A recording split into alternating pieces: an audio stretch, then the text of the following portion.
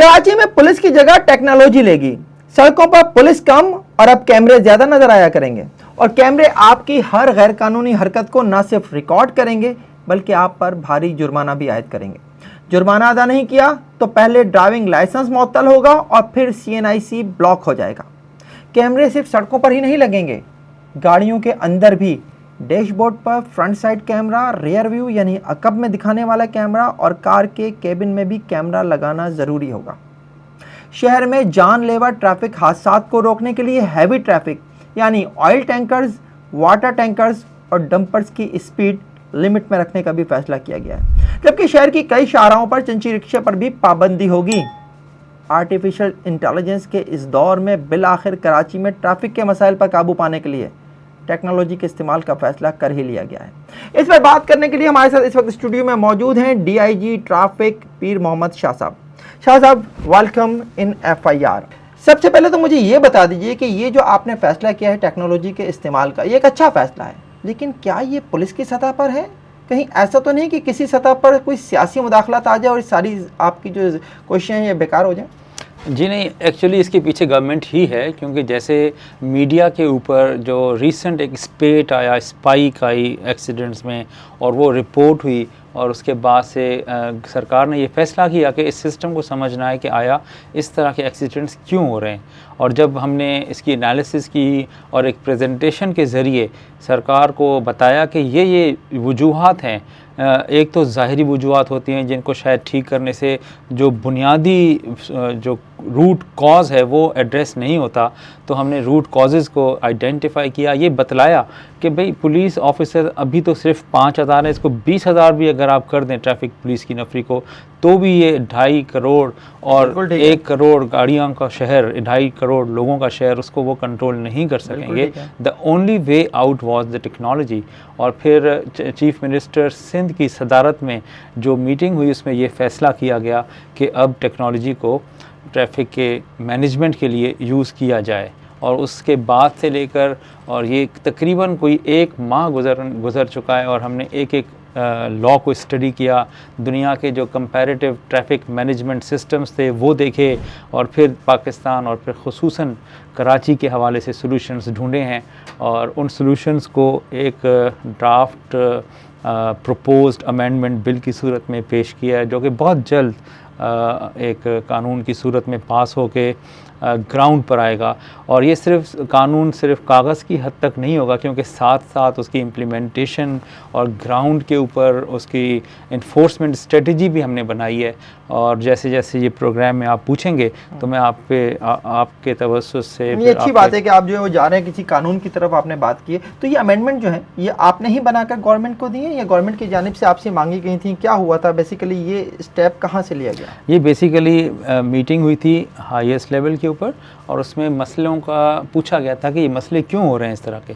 उसी प्रेजेंटेशन में यानी कि DIG ट्रैफिक और सेक्रेटरी ट्रांसपोर्ट और सेक्रेटरी एक्साइज और DIG ड्राइविंग लाइसेंस ब्रांच, ये 4 वो मेन ऑफिसर्स थे जिन्होंने अपने अपने इश्यूज़ को हाईलाइट किया। और फिर एक चीफ मिनिस्टर साहब की अहकामात की रोशनी में कमेटी बनाई गई इन 4 अफसरान की, और फिर इन 4 ने बैठकर एक प्लेटफॉर्म पर अपने अपने महकमों के हवाले से तजावीज़ जो हैं वो तरामीमी तजावीज़ वो पेश की, और फिर एक कॉम्प्रिहेंसिव प्रपोज़ल जो है वो बनकर वापस सरकार को गया है। कुछ बातें तो मैंने इंट्रो में बताई क्या करने क्या जा रहे हैं, तफसीलात आप यकीन बताएंगे कि ट्रैफिक के मसाइल हल करने के लिए करना क्या चाहते हैं, लेकिन सबसे पहले तो ये बताइए कि जो आपने काम किया, होमवर्क किया, उसमें ट्रैफिक के असल मसाइल आपको क्या पता चले और उनको किस तरह से फोकस करने जा रहे हैं? लेकिन सबसे पहले तो ये हमें वाकई नहीं पता था कि ये इश्यूज़ क्यों हो रहे हैं। हम यही समझ रहे थे कि शायद यकदम से कोई स्पेट आया और ठीक हो जाएगा।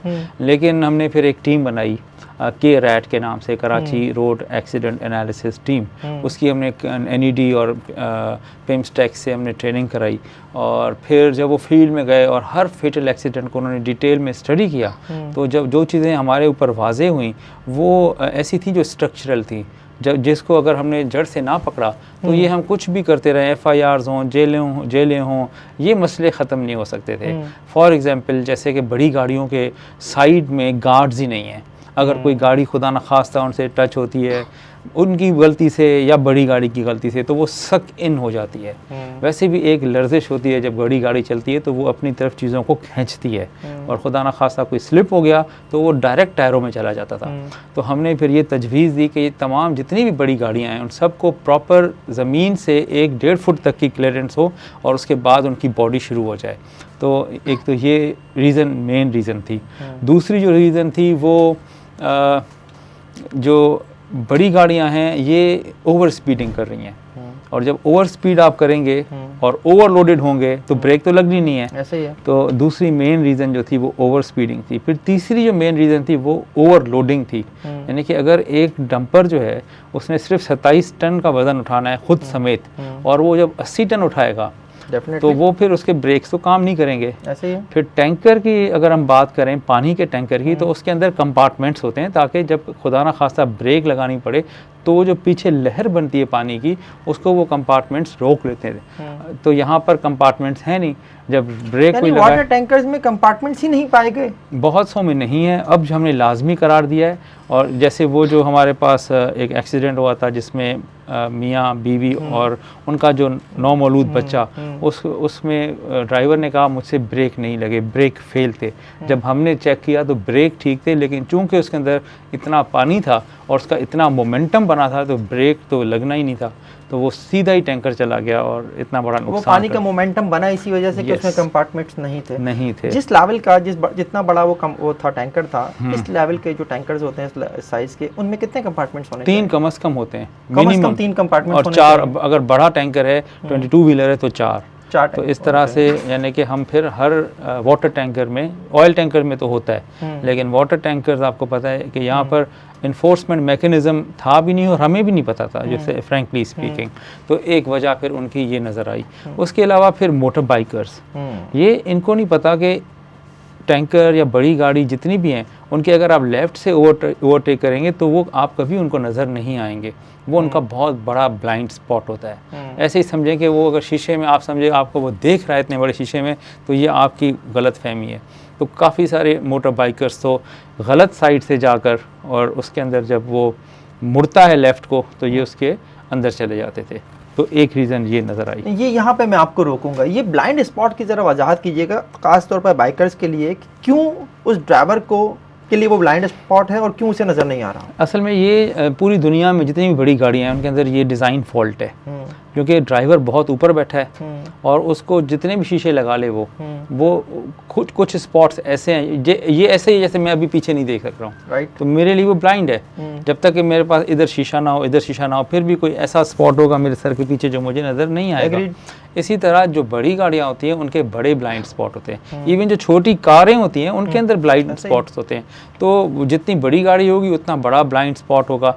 अब इस पर हम ये भी फैसला करने जा रहे हैं कि हम 360 डिग्रीज कैमरे अब दुनिया में इंट्रोड्यूस हुए हैं, जो कि बड़ी गाड़ियों के ड्राइवर्स के सामने होते हैं। उनमें 3 से 4 एक्स्ट्रा कैमरे लगते हैं जो उनको ब्लाइंड स्पॉट से फीड देते हैं और फिर वो ऐसी स्क्रीन उसके सामने पेश करते हैं कि उसको हर जगह से नज़र आ रहा होता है कि मेरे दाएं बाएं पीछे और फ्रंट में भी उनको नज़र नहीं आ रहा होता, क्योंकि वो बहुत ऊपर बैठे हैं। तो बिल्कुल नीचे अगर कोई बाइक खड़ी है, कार भी इवन खड़ी है, तो उनको नज़र नहीं आएगी। तो वहाँ भी अगर कैमरा होगा तो वो भी उनको, तो ये हमारा नेक्स्ट स्टेप होगा। लेकिन पहली जो हमारा फेज़ है उसके अंदर ट्रैकर्स, साइड गार्ड्स और 4 किस्म के कैमरे, जिसमें driver behaviour camera, front end rear camera और एक केबिन कैमरा, ये हमने लाजमी करार दिया है और इसमें काफ़ी हद तक हमें कामयाबी हुई है। तकरीबन शहर में बड़ी गाड़ियों की तादाद 22 से 25 हज़ार है। अभी तक हमारे पास 7 हज़ार से ज़्यादा गाड़ियों ने रजिस्टर करवा लिया है, जिन्होंने ट्रैकर्स लगाए नहीं, ट्रैकर अभी। तो कैमरे जो हैं वो साथ लग रहे हैं। सिर्फ जो है साइड गार्ड्स जो हैं उसमें टाइम लगेगा, क्योंकि बॉडी मेकर्स हमारे पास इतने ज़्यादा नहीं हैं। पूरी कराची की अगर हम बात करें तो 40 से 50 बॉडी मेकर्स हैं और ये 20 से 25 हज़ार गाड़ियाँ हैं। तो एक गाड़ी में अगर आपकी उसकी साइड गार्ड्स लगाने हैं तो उसको 1 हफ़्ते से 10 दिन का टाइम लगता है।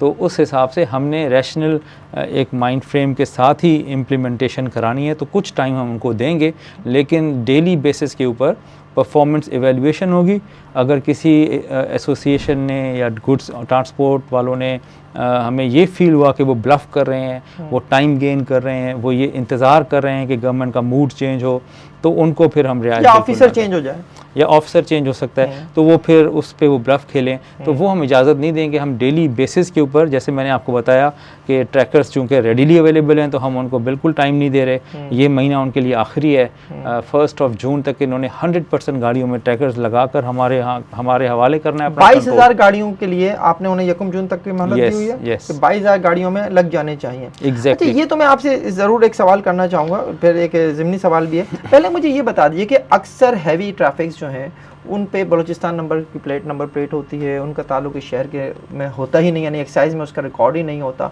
ये गाड़ियाँ जो आती हैं, और ये गाड़ियाँ ज़ाहिर है 22,000 के अलावा ही होंगी, क्योंकि आपके पास जो डेटा होगा वो तो एक्साइज का डेटा होगा, उनके लिए क्या करेंगे? नहीं, एक्चुअली जो मैंने आपको फिगर दी है वो एक्चुअल फिगर है। इस तरह तो हमारे यहाँ सिर्फ 1,000 टैंकर हैं। ओके। और टैंकर तो चल रहे हैं 5,000-5,500। तो हम तो फिगर वो दे रहा हूँ मैं आपको जो एक्चुअल है। इस तरह अगर एक्साइज़ की बात करें तो वो तो शायद 1/3 भी ना हो 22 में से। तो उस पर भी वैसे एक्साइज एंड टैक्सेशन डिपार्टमेंट ने जो अमेंडमेंट प्रपोज़ की है वो भी मैं बताता चलूँ। उन्होंने ये प्रपोज़ किया है कि अगर कोई गाड़ी सिंध से बाहर से रजिस्टर्ड है और वो एक्सक्लूसिवली सिंध में चल रही है, से कि वो डंपर है या वो टैंकर है या वो 22 या 10 या 18 या 16 व्हीलर है, तो उसके लिए लाजमी होगा कि वो सिंध में रजिस्टर हो, नंबर 1। नंबर 2, उन्होंने रजिस्ट्रेशन की जो फ़ीस है वो हमारे सूबे की बलूचिस्तान से ज़्यादा है। इस वजह से लोग जो हैं गाड़ी ख़रीदते हैं तो लसबेला से जाके रजिस्टर करा लेते हैं। तो अब ये अपनी फ़ीस बलूचिस्तान के बराबर ला रहे हैं ताकि लोग कम कर रहे हैं। जी हाँ, कम कर रहे हैं। एक फैसिलिटी देने की कोशिश है और इसके जरिए जो है ज़ाहिर है आपके ऊपर उसका फ़ायदा सड़क पर होगा। एक चीज़ मुझे बताइए कि आपने एक कैमरे की बात की, ड्राइवर बिहेवियर कैमरा, ये क्या करेगा? अच्छा, ड्राइवर बिहेवियर कैमरा जो है ना 3 से 4 किस्म की वायलेशंस को डिटेक्ट करता है और वो खुद से उनके अंदर एल्गोरिथम होता है और बताता है हमें। फॉर एग्जांपल, अगर ड्राइवर कम उम्र है तो वो उसके फीचर्स को चेक करता है, चीक बोन्स को देखता है, उसके फोरहेड को देखता है या आई के प्यूपिल्स को देखता है, मूँछों को, ये सारा अपना वो हिसाब लगाता है कि ये बच्चा, ये जो ड्राइवर है ही इज़ नॉट 22 ईयर्स, क्योंकि हमारे यहाँ 22 साल की उम्र में HTV आप चला सकते हैं। तो अगर वो अपना एक असेसमेंट दे के हमें बीप देगा और हम फिर उसकी वीडियो में तस्वीर देखकर अपना अंदाज़ा लगाएंगे और फिर मालिक को बुलाकर। मेरा सवाल यहीं पे यही था, बेसिकली मैं जानना यही चाह रहा था कि जो आपका ड्राइवर बिहेवियर कैमरा है ये आपको बीप कैसे देगा? ये असल में इसी तरह है जैसे आपकी गाड़ी में ट्रैकर लगा होता है और आप उसकी जियो फेंसिंग कराएं कि अगर मेरी गाड़ी अगर हैदराबाद की तरफ जाए तो ये हमें पता लगे, मैसेज आए। तो ये बिल्ट इन सिस्टम्स होते हैं और हमें फ़ौरन ना भी पता है वो गाड़ी वाला बीप फ़ौरन ना भी है, शाम को एक रिपोर्ट जनरेट होगी कि आज की तारीख़ में इतने ड्राइवर कम उम्र हमें लगे, इतने ड्राइवर जो है मोबाइल का इस्तेमाल कर रहे थे, इतने ड्राइवर जो थे वो जो हैं सिगरेट पी रहे थे, ये भी मना है कमर्शियल गाड़ी में। चौथा कि इतने ड्राइवर्स जो है वो ऊँग रहे थे। लाइक अगर आप 3 सेकंड से ज़्यादा आंखों को बंद करते हैं गाड़ी चलाते वक्त तो वो, अच्छा अगर आप एक्सेसिव ब्रेक्स लगाते हैं, यकदम स्पीड बढ़ाते हैं, ब्रेक लगाते हैं, वो भी उसके अंदर मैकेनिज़्म है। तो वो 4-5 किस्म की उन्होंने बताया हमें AI बेस्ड जो है ना डिटेक्शंस, वो हमें शाम को रिपोर्ट जनरेट होगी, हम देखेंगे, फिर हम उनको जो भी हम चाहें चालान हो सकता है, उसका डोप टेस्ट हो सकता है और उसकी हम एज के लिए हम उसको बुला सकते हैं, तस्वीर के साथ मैच कर सकते हैं, आया ये इन्होंने कोई ऐसा बंदा तो नहीं भेजा जो सुबह बीप के वक्त नहीं था। तो ये सारी चीज़ें जो है टेक्नोलॉजी है, वो हमें एक एक कैमरे को देखना नहीं पड़ेगा, शाम को रिपोर्ट के ऊपर बात हो जाएगी। 22,000 गाड़ियों में जो हैवी ट्रैफिक है उनमें आप ये चारों कैमरे चाहते हैं कि वो हों, लेकिन ये 1 जून तक नहीं हो सकेंगे, इसके लिए कितना टाइम दे रहे हैं? 3 महीने है, यानी साइड रन सब कुछ मिला के 3 महीने है, जिसमें से 1 महीना जो है ऑलमोस्ट ख़त्म होने को है, यानी कि 1 महीना ख़त्म हो जाएगा कुछ दिनों में और फिर मैक्सिमम यूँ समझ लें जुलाई, एंड ऑफ जुलाई तक जो है कर लें इंशाल्लाह। चलिए, ये तो हो गई हैवी ट्रैफिक की बात, लेकिन एक्सीडेंट्स में हैवी ट्रैफिक का डेफिनेटली एक बड़ा रोल होता है, लेकिन जो एक्सीडेंट्स हैं दीगर जो शाहराहों पर होते हैं उनमें आम गाड़ियों का भी बहुत बड़ा किरदार होता है, उनके लिए क्या है? और जो आम शहरी ट्रैफिक की वायलेशन करता है उसके लिए क्या करने जा रहे हैं? देखें, ये तो एक होलसम किस्म की अमेंडमेंट्स हैं या जो सोच है, यानी कि कराची का जो हक है, जो उसको चाहिए सड़कें जिस तरह का डिसिप्लिन, वो सब कुछ इसके अंदर हम लेकर आ रहे हैं। सबसे पहला है कि आपके लाइसेंस, आपके पास लाइसेंस है या नहीं है। एक तो हमारी जो रिजीम होगी, जो सख्ती होगी, वो लाइसेंस के ऊपर होगी। अगर किसी के पास लाइसेंस नहीं है तो कम से कम जो है मोटर बाइकर के लिए 5,000 रुपये जुर्माना रखा है हमने। और साथ ही साथ हम कराची ड्राइविंग इंस्टीट्यूट्स की बुनियाद डाल रहे हैं, जो कि अगले 6 माह में बनेंगे। और फिर कोई भी, पहले हम बड़ी गाड़ी से शुरू करेंगे, हैवी, और फिर पैसेंजर व्हीकल्स यानी कमर्शियल, और फिर कार और मोटर बाइक्स पे भी आएंगे कि आपने इस इंस्टीट्यूट से, जितने भी बने कराची में, से आपने कम से कम 30 घंटे का कोर्स करना लाजमी होगा।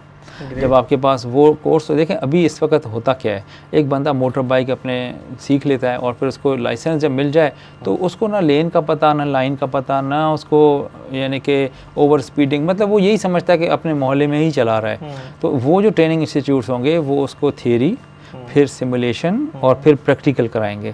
और 30 घंटे के बाद पास या फेल होगा, दोनों सूरतों में उसका हमें भी पता लगेगा। और पास होता है तो फिर उसको एक सर्टिफिकेट मिलेगा, जिसकी बुनियाद पर वो सरकार के ड्राइविंग लाइसेंस इंस्टीट्यूट, जो भी हमारे ब्रांचेज़ हैं, उसमें वो अप्लाई करेगा। तो कम से कम अगर हम किसी को लाइसेंस देंगे तो वो एक ज़िम्मेदार शहरी होगा, पढ़ा लिखा होगा, पढ़ा लिखा लिखने वाले हिसाब से नहीं, बल्कि शऊर के हिसाब से, और उसको लॉस का पता होगा। लेकिन ये तो हो गया उन लोगों के लिए जिनको आपने मुस्तकबिल में लाइसेंस जारी करना है। जो लोग ऑलरेडी लाइसेंस ले चुके हैं डिपार्टमेंट से, उनके लिए क्या है? क्या उनके लिए भी इस इंस्टीट्यूट्स में जाना जरूरी होगा? नहीं, अगर आपको फाइन होता है तो हमने एक शिक ये डाली है कि या आप पैसे भरें या आप रिफ्रेशर कोर्स ले लें। अरे वाह! तो अगर आप पैसे समझते हैं कि आपके पास हैं तो पैसे भर के आप अगली दफ़ा बारी का इंतज़ार करें फ़ाइन होने का, या अपने आप को रेक्टिफाई करने जाएं तो आप 1 हफ़्ते का कोर्स होगा। उस कोर्स में जो भी आप गाड़ी चला रहे हैं उस हवाले से डिज़ाइन कुछ प्रोग्राम्स होंगे, वो आपने अपनी मर्ज़ी से ऑनलाइन टाइम और सिलेक्ट करके स्लॉट्स वो जाके फिर आपने अटेंड करना है, तो उससे आपका फ़ाइन वेव ऑफ हो जाएगा। शाह साहब, आप बहुत आइडियल गुफ्तगू कर रहे हैं। हमारे यहाँ जो ड्राइविंग लाइसेंस ब्रांचेज़ हैं, वहाँ जब शहरी लाइसेंस बनवाने जाता है तो वहाँ रिश्वत वसूली का एक सिस्टम होता है। वहाँ पर ये भी होता है कि आपने रिश्वत दे दी तो लाइसेंस बन गया, नहीं दी तो आपको फेल कर दिया जाता है।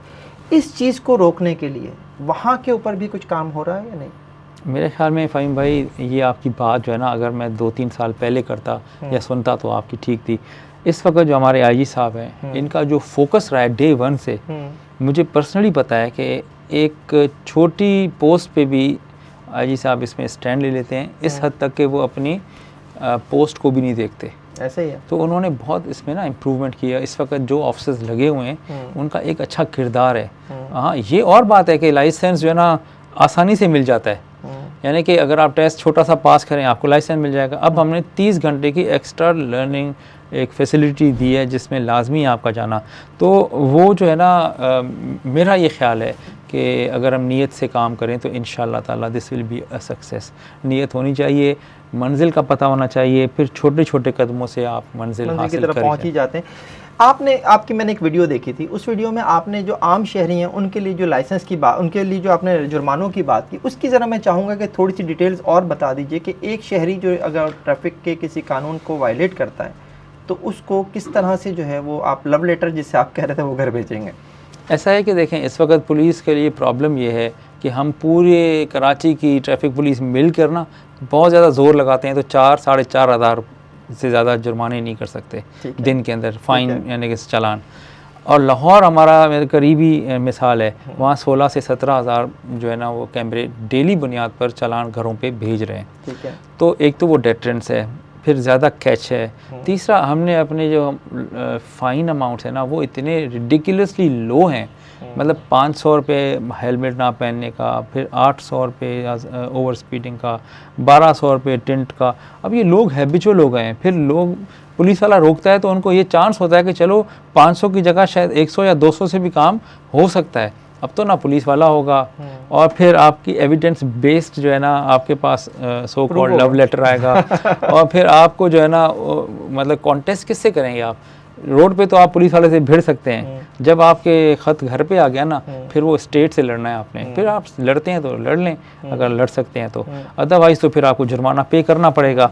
तो वो जुर्माने फिर हमने उनको मिनिमम जो मोटर बाइक्स के लिए रखा है वो है 5,000 और 4 व्हीलर कारें जो हैं या जो दूसरी गाड़ियां हैं फैमिली कार्स उनके लिए 10,000, बसेस के लिए 15,000 और जो हैवी व्हीकल्स हैं उनके लिए हमने 20,000 तजवीज़ किया है। और इसके अलावा कुछ ऐसे ऑफेंसेस हैं, वायलेशंस हैं, जैसे ट्रैकर का ना लगाना। एक बंदा कहते हैं मैं नहीं लगाऊंगा, तो हमने फिर उसके लिए रखा है 1 लाख रुपए जुर्माना। इसी तरह अगर वो कैमरा कोई नहीं लगाता या साइड रन्स नहीं लगाता, उन सब के लिए हमने 1-1 लाख का जुर्माना रखा है। और फिर अगर वो लगा कर उतार लेता है तो फिर 1 लाख रुपए जुर्माना है। जी हाँ। इसके बाद फिर जैसे वन वे की वायलेशन है, वन वे जो है ना, बहुत लोग जो है ना इसको अब्यूज़ करते हैं, मतलब उनको समझ ही नहीं है कि वो कितने सुसाइडल हैं। तो इसमें भी हमने पहले ये था कि इसकी FIR हो, फिर हमने कहा इतनी FIR होंगी, नौजवान हैं, फिर ये प्रॉब्लम होगा, इनके कैरियर्स ख़राब हो जाते हैं। कोई बंदा बाहर जा रहा होता है, एकदम FIR हो जाए तो उसका बाहर जाना भी बंद हो जाएगा। तो हमने फिर इसको भी 100,000 1 लाख रुपए के फाइन पे लेकर गए। वन वे की खिलाफ वर्जी के ऊपर 1 लाख रुपए जुर्माना होगा। जी हाँ, जी हाँ, जी हाँ।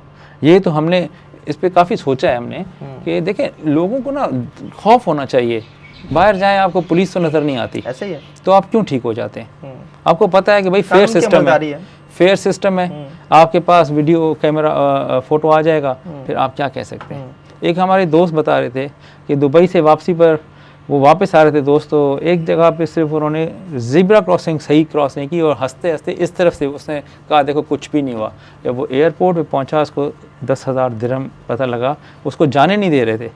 तो एंड ही हैड टू पे 10,000 दिरहम, किस वजह से कि उसने सड़क जो है, खाली सड़क ज़ेब्रा क्रॉसिंग के होते हुए भी साइड से उसने मजाकन उसको क्रॉस किया था।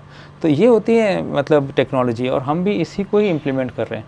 आपका जो प्लान है इसके ऊपर जो सोशल मीडिया के ऊपर एक फौरी रद्द-ए-अमल आया, वो ये था कि कराची से रेवेन्यू जनरेशन की एक और कोशिश है। और 2024 की अगर मैं बात करूं तो 2024 में 16 लाख चालान हुए, जिनसे 1 अरब 33 करोड़ रुपए की आमदनी हुई। क्या ये काफ़ी नहीं? असल में देखें, फ़ाइन तो नहीं होने चाहिए। मैं तो ये कहता हूँ कि फ़ाइन का खौफ होना। इस्लाम में देखें जो सज़ाएँ हैं, क्या नबी पाक सल्लल्लाहु अलैहि वसल्लम के दौर में सबके हाथ कटे हुए होते थे क्या?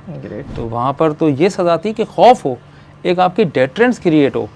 फिर आपका सिस्टम इतना होना चाहिए एविडेंस का कि आप किसी गलत बंदे को गलत यानी कि विटनेस के ऊपर कोई सज़ा ना हो जाए, सज़ा ना हो। तो हम वो उस वक्त से यही कॉन्सेप्ट है सज़ा का। सज़ा जितनी ज़्यादा होगी और जितनी यानी कि आपकी कंफर्म्ड होगी कि भाई होनी ही होनी है, तो ही डेटरेंस होगी। अगर आप ये समझें कि भाई ठीक है 500 रुपये मैं दे दूंगा, अब टिंट का क्या मसला है? या अमीरज़ादे क्या करते हैं, काली गाड़ियाँ होती हैं इनकी, 1200 रुपये का ये चालान है। एक तो पहले फ़ोन करते हैं इधर उधर अगले को, यानी कि ज़लील करते हैं अफसरान को। फिर जब अगर उतर भी जाए तो 1200 रुपये पे कर लेते हैं, फिर फ्लाउट करते हैं, जाके 1500, 2000, 5000 का फिर टेंट लगा लेते हैं और फिर अगले चौराहे पर घूम रहे होते हैं। तो ये हम रिपीटेडली कर करके ना हम भी तंग आ गए हैं। तो अगर इनको शौक है तो ये शौक करें, फिर वो उसकी प्राइस भी पे करें।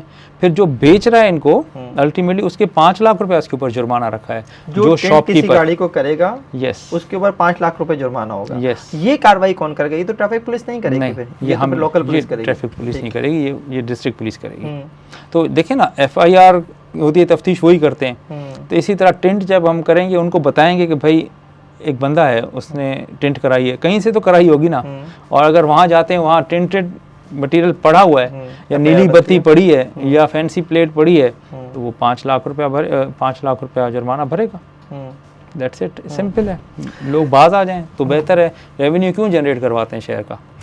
अच्छा, चलें, ये सब तो ठीक है, आप जो करने जा रहे हैं अच्छा लग रहा है कि सुनकर भी। लेकिन इस शहर का एक बहुत बड़ा मसला जो है वो ट्रैफिक जैम है। हाँ। और ट्रैफिक जैम में एक तो शहरियों के लिए जहनी अजियत, और दूसरा ये कि जो फ्यूल का ज़िया है वो अलग है। इसके लिए क्या कर रहे हैं? देखिए, यहाँ मैंने देखा है कि ना, यहाँ पर वॉल्यूम का इशू नहीं है। सड़कें माशाल्लाह बड़ी ज़बरदस्त और बड़ी चौड़ी बनी हुई हैं। कराची जो है ना, बहुत सारे शहरों से बेहतर है यूरोप के।